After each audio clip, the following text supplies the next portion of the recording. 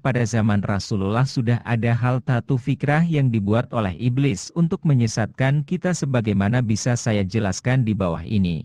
Pengacauan pikiran yang dimasukkan iblis dengan bala tentaranya telah diriwayatkan dalam hadis sahih dari Abu Hurairah dari Nabi Muhammad SAW. Beliau bersabda, setan akan datang kepada salah seorang di antara kamu dan berkata, siapakah yang menciptakan ini? Siapakah yang menciptakan ini? Sehingga setan mengganggu dengan bisikan, siapakah yang menciptakan Allah? Maka, barang siapa yang mendapatkan bisikan yang demikian itu, hendaklah ia berlindung pada Allah dan mengakhirinya. Dalam riwayat lain disebutkan, maka hendaklah ia mengatakan, aku beriman kepada Allah dan Rasul-Rasulnya. Haji R. Muslim. Dari hadits di atas diketahui bahwa syaitan pada awalnya mempengaruhi kita agar memikirkan makhluk-makhluk ciptaan Allah lalu pada akhirnya membuat hal tatu fikrah. Akan saya jelaskan bagaimana cara mengakhiri dengan segera hal tatu fikrah yang dibuat iblis dan tetap pada keimanan kepada Allah yang Esa dan Rasul-Rasulnya dengan tidak membuat kegoncangan-kegoncangan dalam hati.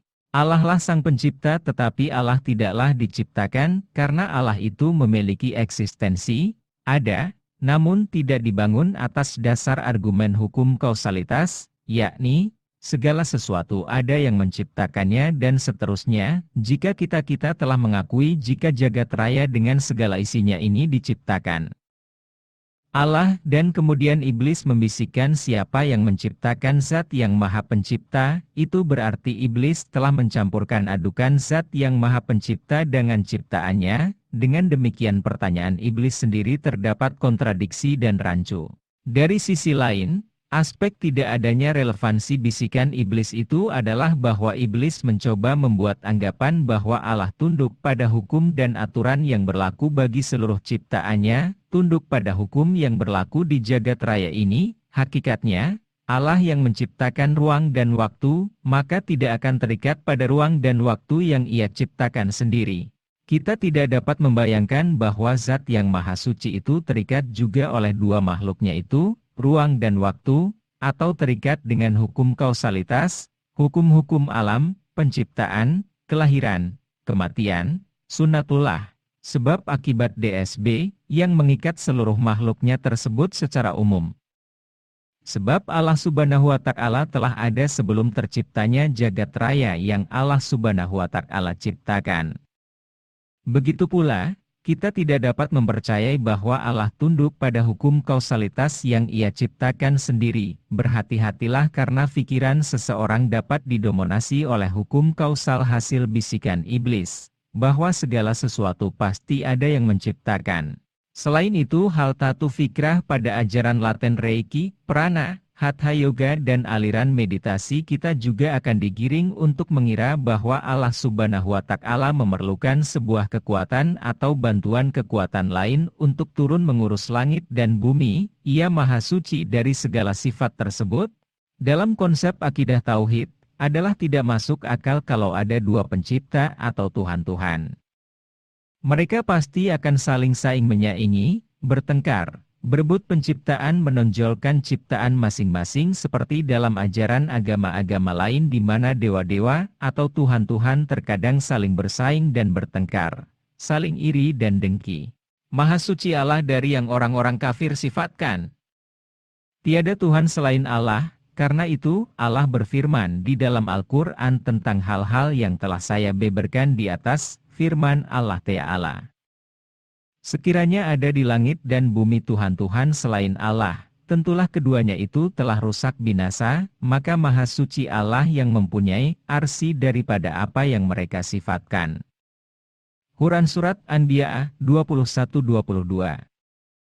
Dari segi penciptaan, kita mengenali bahwa eksistensi ini hanya bisa dikelompokkan dalam dua pihak. Pihak pertama adalah pencipta alias Khalik, dan pihak kedua adalah makhluk alias yang diciptakan. Cahaya merupakan pertanda adanya siang, tapi tidak bisa dibenarkan bahwa siang itu dijadikan bukti adanya cahaya. Begitu pula Allah yang maha pencipta, tak dapat dibalik pembuktiannya. Dalam sebuah hadis qudsi Allah Subhanahu wa Ta'ala berfirman, Aku merupakan bukti, Aku tidak perlu dibuktikan. Allah merupakan bukti. Sebuah bukti yang tidak perlu dibuktikan, ia merupakan kebenaran yang nyata yang tampak pada segala sesuatu, aturan-aturan, berbagai keindahan alam, hukum-hukum dan lain sebagainya.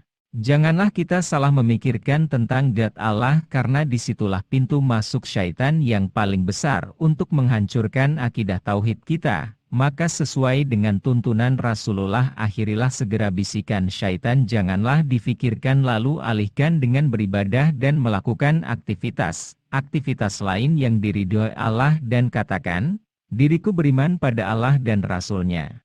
Allah lah sang penyebab, yang tidak ada penyebabnya, yaitu sebab pertama, kausa prima, sang penggerak pertama yang tidak memerlukan penggerak, pencipta yang tidak diciptakan, firman Allah Ta'ala.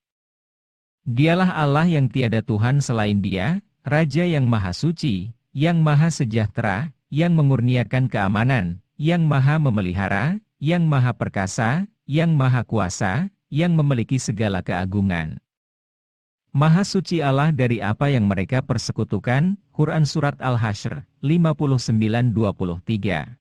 Selain itu ada juga was-was hal tatu fikrah atau keraguan yang ditimbulkan syaitan dalam diri manusia. Di dalam hadis syahih juga diriwayatkan bahwa para sahabat Rasulullah berkata, aku lebih suka jadi arang daripada aku membicarakan sesuatu yang timbul dari nafsuku. Nabi Muhammad SAW menjawab, Alhamdulillah, segala puji bagi Allah, yang telah mengembalikan masalah yang dialami orang itu kepada gangguan syaitan. Haji R. Abu Daud. Diriwayatkan juga bahwa ketika seseorang datang kepada Ibnu Abbas dan ia mengadukan rasa was-was yang menimpanya, maka Ibnu Abbas menyuruh orang tersebut membaca. Dialah yang awal dan yang akhir, yang zahir dan yang batin, dan Dia Maha mengetahui segala sesuatu. Quran Surat Al-Hadid, 57:3. Di samping itu, ia harus memperbanyak zikir kepada Allah. Karena Rasulullah Shallallahu Alaihi Wasallam bersabda, sungguh setan itu meletakkan mulutnya di atas hati anak Adam. Jika anak Adam mengingat Allah, maka menjauhlah mulut tersebut darinya. Sebaliknya, jika ia lupa mengingat Allah, maka mulut itu akan menelan hatinya. Para sahabat tidak selamat dari masukan was-was hal tatu fikrah dari syaitan. Sebagian mereka datang pada Rasulullah untuk melaporkan apa yang telah mereka tahan dari was-was, keraguan-keraguan dan godaan-godaan syaitan.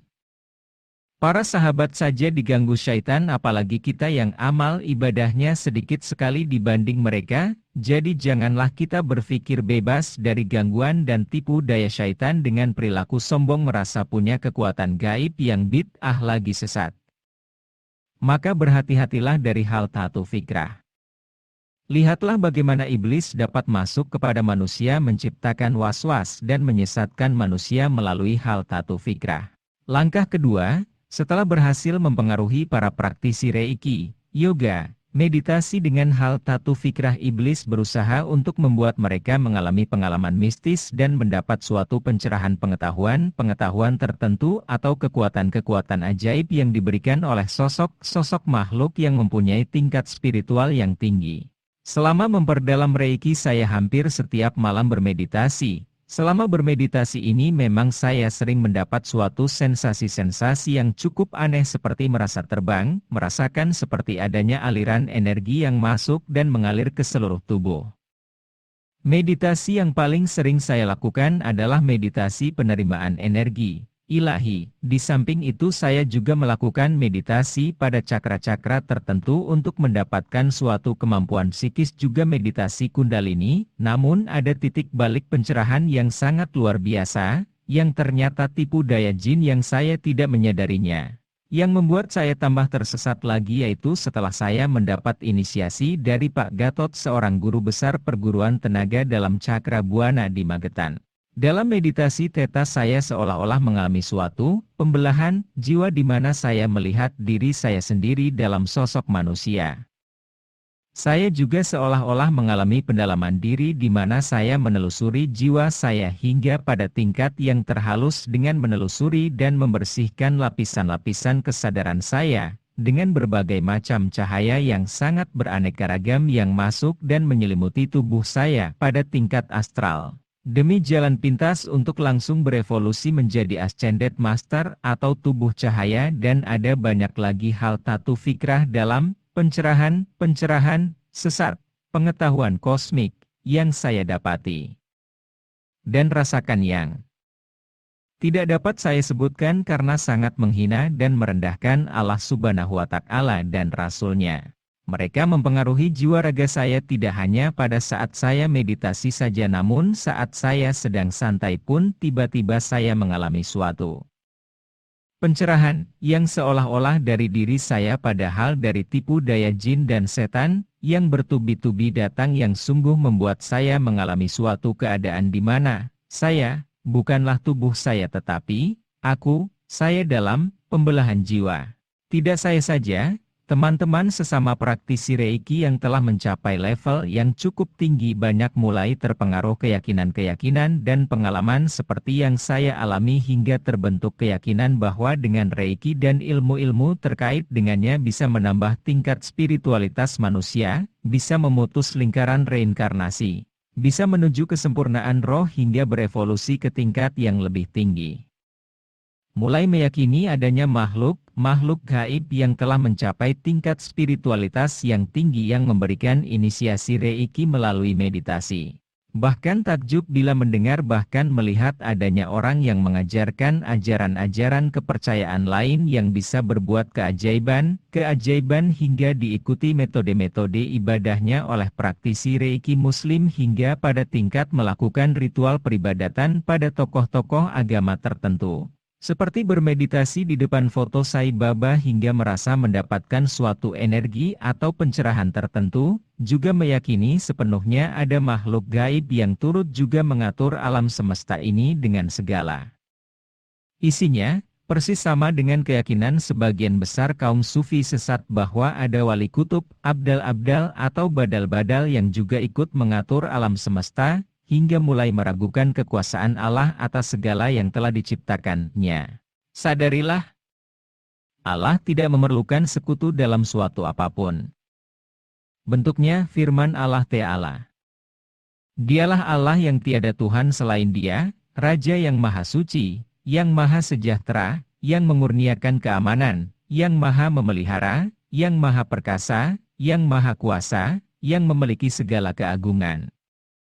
Maha suci Allah dari apa yang mereka persekutukan. Surah 59, Al-Hajj ayat 23. Allah Ta'ala telah memperingatkan bagi orang-orang yang menyekutukan Allah Subhanahu wa Ta'ala akan mendapat azab dari Allah. Firman Allah Ta'ala, orang yang menganggap ada Tuhan selain Allah, kelak mereka akan mengetahui akibatnya. Al-Hijr 96.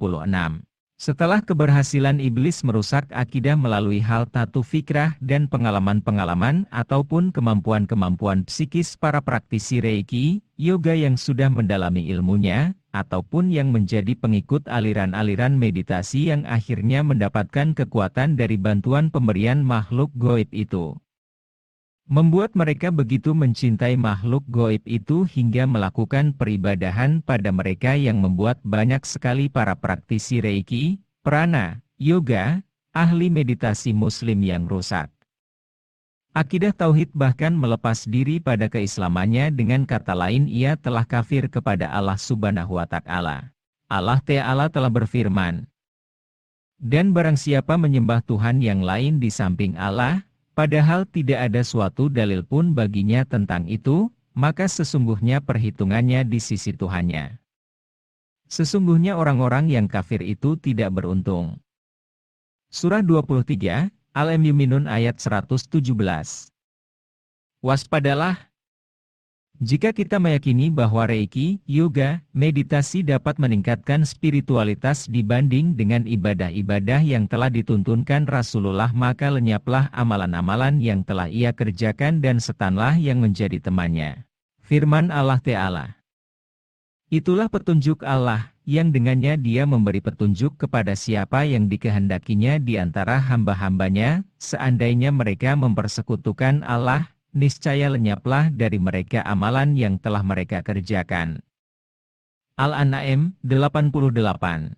Allah Subhanahu wa Ta'ala juga berfirman, barang siapa yang berpaling dari ketentuan Allah, Al-Quran dan As-Sunnah, kami adakan baginya setan, yang menyesatkan, maka setan itulah yang menjadi teman yang selalu mengikutinya. Az-Zuruf 36. Tidak ada gunanya lagi kita sholat, zikir jika dalam hati kita telah ada kerusakan akidah tauhid. Semua amalan kita tidak akan diterima Allah Subhanahu wa Ta'ala. Dapat saya contohkan tipu daya iblis melalui ajaran-ajaran anti-tauhid yang dibawa Sai Baba dengan pemahamannya yang sesat yang banyak mengandung hal tatu fikrah. Ajaran Sai Baba berangkat dan berada dalam konteks Hinduisme, seperti juga ajaran Anand Krishna, oleh karena itu bersifat sangat sinkretistik. Ia menyamakan agama yang satu dengan yang lain. Sesuai dengan ajaran Hinduisme, di kalangan para pengikut Sai Baba dipercaya bahwa Sai Baba adalah seorang avatara lengkap purna avatar, avatar inkarnasi Wisnu atau Tuhan ke dunia untuk memberantas kejahatan dan menegakkan kebenaran di dunia yang sudah rusak. Ini paralel dengan inkarnasi Tuhan ke dunia dalam diri Yesus menurut ajaran Kristen. Di setiap mandir, tempat ibadah pengikut Sai Baba, banyak orang datang dari berbagai agama, Buddhis, Kristen, Hindu, bahkan dari sebagian kecil kalangan umat Islam yang ahlul syirik. Semuanya diikat oleh satu kepercayaan terhadap Sai Baba sebagai avatara di zaman ini. Dalam kebaktiannya, dilakukan bhajan, mengidungkan lagu-lagu pujaan terhadap berbagai wujud Tuhan, selama 1,5 jam. Meditasi yang diajarkan adalah konsentrasi, pengulangan, mantra, soham, dia itu aku, untuk mencapai keheningan. Ajaran Sai Baba sangat paralel dengan pemahaman Yayasan Reiki Indonesia, mungkin juga para praktisinya juga terpengaruh ajaran Sai Baba, yang bahkan secara belak-belakan membuat misi jangka panjang yang diemban oleh Yayasan Reiki Indonesia dalam mengenalkan Reiki adalah membimbing sesama umat ke arah perkembangan spiritual guna mencapai pencerahan sesuai dengan perkembangan agama masing-masing. Jelas ini simbol universalisme agama atau Wihdatul Adyan yang mencampur adukan agama-agama, tetapi kenyataannya sebenarnya mengarahkannya kepada penghancuran akidah tauhid.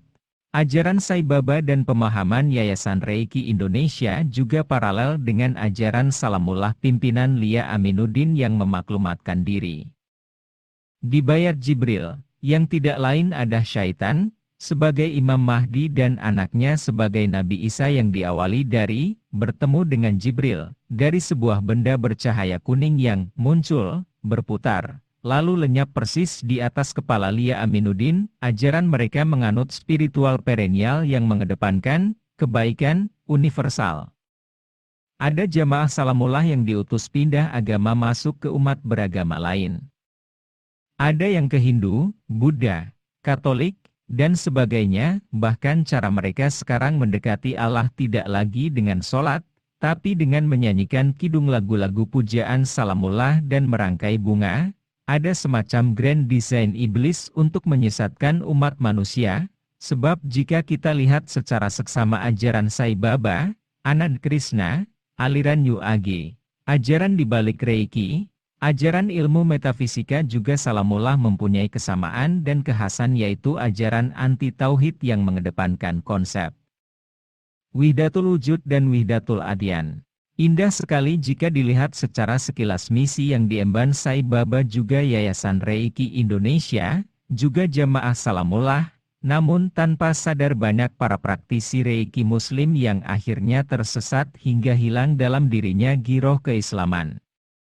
Padahal Allah telah menyatakan agama yang diridhoi adalah Islam, jelas menunjukkan bahwa agama atau kepercayaan lain selain Islam tidak diridhoi dan merupakan kesesatan.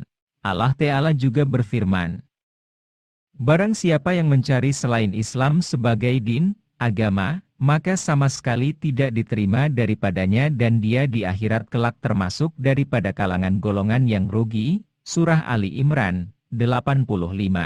Bahkan para pengikut atau pengagum Sai Baba, praktisi Reiki, yoga, ahli meditasi menganggap bahwa ilmu Reiki, yoga, meditasi sebagai salah satu metode dalam mendekatkan diri pada Allah hingga ibadah-ibadah syariah kita banyak tergantikan dengan peribadatan ala Reiki, yoga ataupun meditasi. Ada salah satu master Reiki yang bahkan belak-belakan mengatakan bahwa ia tidak sholat secara lahir tetapi ia sholat secara batin lewat meditasi dan ia sangat menganjurkan kita untuk meditasi dalam rangka mendekatkan diri pada Allah.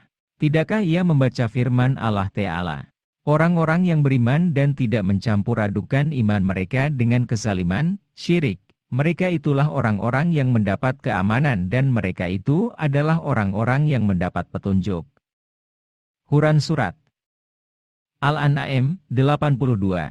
Al-Imam Ibn Katsir dalam tafsir Al-Quran Al-Azim, menafsir ayat dalam surah Ali Imran di atas menyatakan, barang siapa yang melalui suatu cara yang lain dari apa yang disyariatkan Allah maka sama sekali amalnya tidak diterima, jelas sekali orang ini telah tersesat lagi kufur atas firman Allah.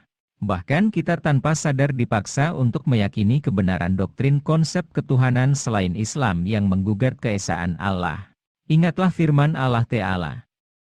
Allah menyatakan tiada Tuhan selain Ia, demikian pula para malaikat dan orang-orang yang berilmu, menyatakan demikian, tiada Tuhan selain Ia yang maha perkasa lagi maha bijaksana. Ali Imran 18.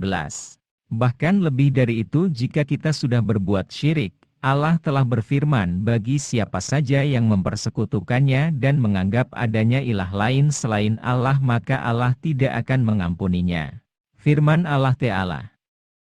Sesungguhnya Allah tidak mengampuni dosa mempersekutukan sesuatu dengan Dia, dan Dia mengampuni dosa yang lain dari syirik itu bagi siapa yang dikehendakinya. Barang siapa yang mempersekutukan sesuatu dengan Allah, maka sesungguhnya ia telah tersesat sejauh-jauhnya.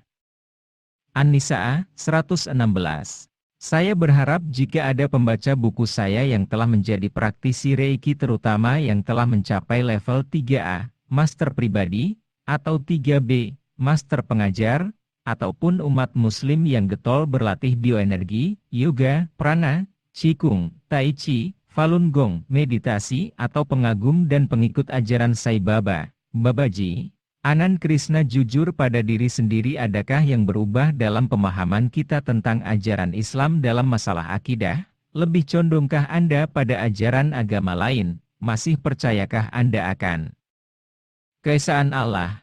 Adakah ajaran-ajaran khusus yang menyimpang dari ajaran Islam yang diajarkan Grand Master Anda? Allah Ta'ala telah berfirman dalam Al-Quran mengenai kebesaran dan kesucian zat Allah. Dialah Allah yang tiada Tuhan selain Dia, Raja yang Maha Suci, yang Maha Sejahtera, yang mengurniakan keamanan, yang Maha Memelihara, yang Maha Perkasa, yang Maha Kuasa, yang memiliki segala keagungan. Maha Suci Allah dari apa yang mereka persekutukan. Surah 59, Al-Hasyy ayat 23. Marilah kita berlindung dari penyekutuan terhadap Allah Subhanahu wa Ta'ala yang Maha Besar. Tidak ada Tuhan melainkan Ia yang Maha Kuasa juga Maha Keras siksanya. Jangan kita menghancurkan akidah tauhid kita hanya demi Reiki, yoga ataupun ikut aliran-aliran meditasi yang menyebabkan kita kekal di neraka. 2. Kesesatan tenaga dalam. Ada pertanyaan yang mesti dijawab mengenai tenaga dalam yang sering ditanyakan halayak ramai. Apakah tenaga dalam itu benar-benar ada? Apakah tenaga dalam itu murni olah tubuh atau ada unsur makhluk halus di dalamnya? Apakah tenaga dalam itu bisa membuat kita sehat baik secara fisik dan psikis? Apakah tenaga dalam membuat kita bisa semakin tinggi tingkat spiritualitas kita? Sesuaikah senam pernapasan tenaga dalam itu dengan syariat Islam? Berikut ini adalah penjelasan mengenai hakikat sebenarnya senam pernapasan tenaga dalam dengan berbagai macam aliran di dalamnya. Kita jangan tertipu dengan istilah tenaga dalam yang terkadang rancu penjabarannya, jika tenaga dalam dari hasil pembakaran zat-zat makanan dalam tubuh hingga menjadi energi untuk kekuatan dan kelangsungan kesehatan tubuh itu bisa kita terima karena pengistilahan. Tenaga dalam itu adalah energi yang didapat dari zat-zat makanan yang kita makan tanpa ada unsur metafisika. Akan tetapi jika tenaga dalam yang bisa memantalkan orang, bisa membuat kebal, bisa meringankan tubuh, bisa menyakiti orang lain lewat gerak dan fungsi jurus yang telah kita latih tentu berbeda sangat jauh dan janganlah disamakan dengan tenaga dalam dari hasil pembakaran zat-zat makanan. Juga tenaga dalam dari energi listrik tubuh memang benar jika tubuh kita mempunyai impuls-impuls listrik. Sebab dengan impuls-impuls listriklah syaraf. Syaraf simpatetik, parasimpatetik atau syaraf neurotransmitter dapat bekerja dengan baik untuk menyampaikan pesan dari tubuh ke otak dan kebalikannya, tetapi jika hendak diejawantahkan dengan senam pernapasan tenaga dalam bisa membesarkan energi listrik tubuh hingga bisa menjadi tenaga dalam terlalu mengada-ada dan terlalu mencari pembenaran saja. Sebab seluruh kerja sistem fisiologis dalam tubuh dengan tatanan di dalamnya sudah dalam sunnatullah berada pada keseimbangan sistem kerja impuls listrik. Atau syaraf tubuh manusia tidak bisa direkayasa lagi dan sama sekali tidak ada penelitian ilmiah yang bisa membuktikan listrik tubuh bisa direkayasa untuk mementalkan seseorang kecuali hanya menduga-duga dalam mencari pembenaran saja. Sedangkan pemanfaatan energi kegoiban yang diistilahkan dengan prana, chi, ki, mana, ruah, energi ilahi atau karomah dari luar tubuh yang kita serap untuk memperoleh tenaga dalam dari hasil doa, sugesti, daya visualisasi dibarengi gerak tubuh dan olah pernapasan harus kita koreksi kebenarannya. Sekarang ini sudah ada yang berusaha untuk bisa membuktikan atau mengklaim eksistensi energi kegoiban, melihat aura bahkan roh dengan menggunakan peralatan modern seperti dengan menggunakan foto aura atau foto Kirlian. Di Jakarta pada lantai 1 pertokoan Grand ITC Permata Hijau, Jakarta Selatan, ada toko bertuliskan, Sing Passion Refleksiologi, Aromaterapi. Toko itu milik Tom Suhalim yang mempunyai Aura Video Station yang dibeli dari Jerman seharga sekitar 25.000 US$, dengan kurs sekarang sekitar 226 juta rupiah. Harga tersebut untuk satu paket software lengkap dengan beberapa peranti tambahan, seperti kartu PC dan kamera.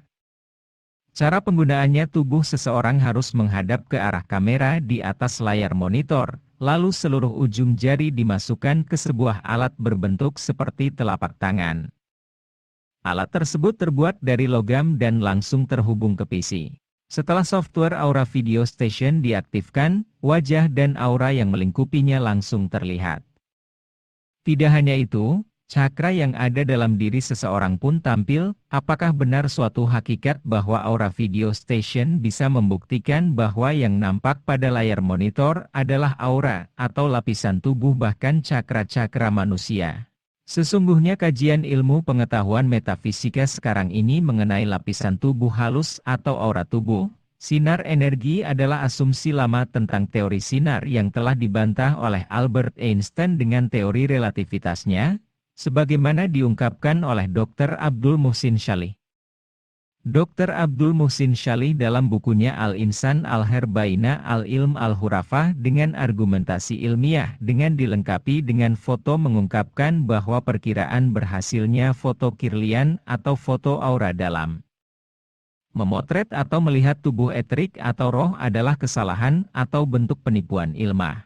Selanjutnya beliau menjelaskan bahwa sinar bias yang nampak dalam foto Kirlian adalah hasil alami proses pengaruh elektrik terhadap film. Sinar bias ini timbul karena bagian tubuh orang itu berada dalam lapangan elektromagnetik yang berfrekuensi 2 megacikle atau potensial diferensi ukuran 500 volt.